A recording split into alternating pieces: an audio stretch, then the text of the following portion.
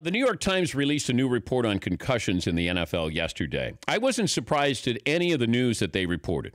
They found that 99% of deceased players who donated their brains to a new study had CTE.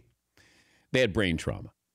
It's important to note that the selection of players' families wanted to be in the study. They were concerned about their husbands, boyfriends, dads, but I don't know if they expected a different result here. It was another piece of evidence that football can be extremely dangerous. This is what has surprised me with this. It's the lack of reaction to this story. You can check the sports websites, and I'm not calling out anybody in particular. I'm calling out everybody. If you look, you're not going to find the story. I mean, you might find it a little bit. It's not headline making.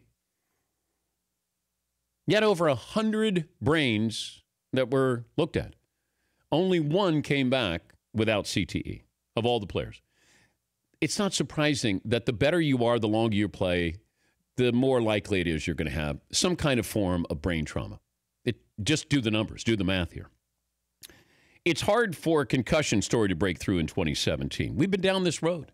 There was a lawsuit, $1 billion paid out, a movie on this. We've talked about this.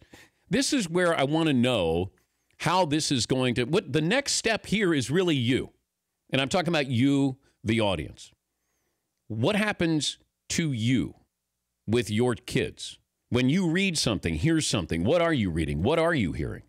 And how do you react? And what about the neighborhood pressure? What about when your son comes home and says, hey, can I play football? And you've read something, heard something, and say, no, we don't want you to play.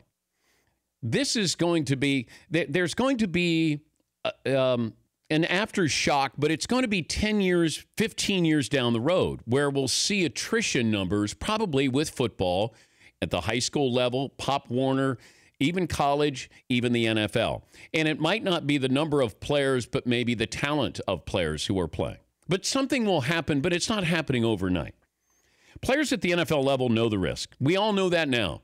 It's not like you can pick up a cigarette and go, I'll be damned, this is addictive. Hey, this can kill me.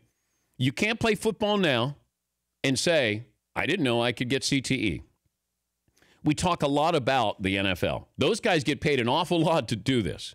They get paid. There's a risk, there's a reward. You know what we don't focus on? College players. Not nearly enough. They do more hitting in practice. They don't have any medical when they're done. If you don't make the NFL, you played college football, and if you played at a high level, chances are you're going to have CTE.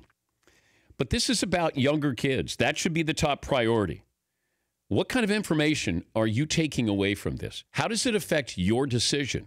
This isn't about the NFL. There's scary headlines out there. Would you want your son to play? That's what I think is the bigger story with all of this. The Dan Patrick Show, weekday mornings on Audience.